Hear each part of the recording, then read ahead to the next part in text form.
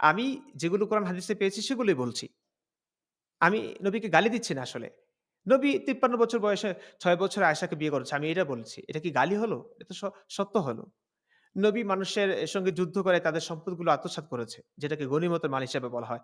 তো এটা তো আত্মসাৎই হবে। তাই না? বর্তমান পৃথিবীতে ধর্মনিরপেক্ষ বা একটা দেশে এটা তো আত্মসাৎ না? যে আপনি আমার ধর্ম গ্রহণ না করলে আপনাকে মেরে ফেলবো কিংবা আপনার সম্পদগুলো আমি আমার নিজে করে নিবো। এটা তো সন্ত্রাস। এটা তো ডাকাতি। তো আমি এই কথাটা যখন বলি, এই কথা আমি কোথা থেকে পেয়েছি? কোরআন হাদিস বিশ্বাস করি বলেই তো আমি এই কথাটা বলছি। কারণ নবী এই কাজগুলো করেছে। এগুলো আমি কোন নাস্তিক থেকে শুনিনি। বানিয়ে বলছি না। এগুলো হাদিসে আছে, কোরআনে আছে। তো কোরআন অনুযায়ী কথা বলার কারণেই যদি আমাকে নাস্তিক বলেন, তাহলে আমার আর কিছু বলার নাই। আমি শুধু এখন করতে চাই যেটা, ইসলাম প্রচার করতে চাই। ইসলামের যে অধ্যায়গুলো অ্যা যেগুলো মানুষ আলেমরা প্রকাশ করছে না কিংবা বলতে পারছে না, বলতে লজ্জা পাচ্ছে কিংবা সংকোচ বোধ করছে, আমি সেই ব্যাপারগুলো উন্মুক্ত করতে চাই। এটুকুই হচ্ছে আমার কাজ। আমি এখন অ্যাক্টিভিজম শুরু করব। কিছু কনটেন্ট বানাবো ইসলাম নিয়ে। কোরআন হাদিসের রেফারেন্স নিয়ে।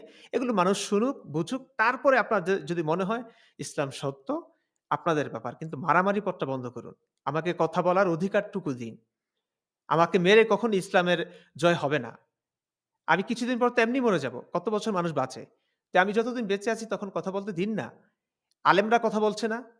কত অবৈজ্ঞানিক কথাবার্তা তারা মাহফিলে হাজার মানুষের সামনে, লাখ মানুষের সামনে বলছে তো। এগুলো তো আমরা সহ্য করছি। যেগুলো কোনো ভিত্তি নাই, সেগুলো আমরা বলতে দিচ্ছি, আমরা তো বাধা দিচ্ছি না। হ্যাঁ, করুন আপনারা। ১ ঘন্টা আলোচনা করে ৳৭,০০,০০০ নিয়ে যান, ৳১,০০,০০০ নিয়ে যান। আপত্তি নাই। কিন্তু আমাকে যখন কথা বলতে দিচ্ছেন না, আমাকে মেরে ফেলছেন, আমি নির্মোহভাবে, নিরপেক্ষভাবে বিশ্লেষণ করছি, আমার টাকা খরচ করে আমি কথা বলছি, তখন আমাকে কথা বলতে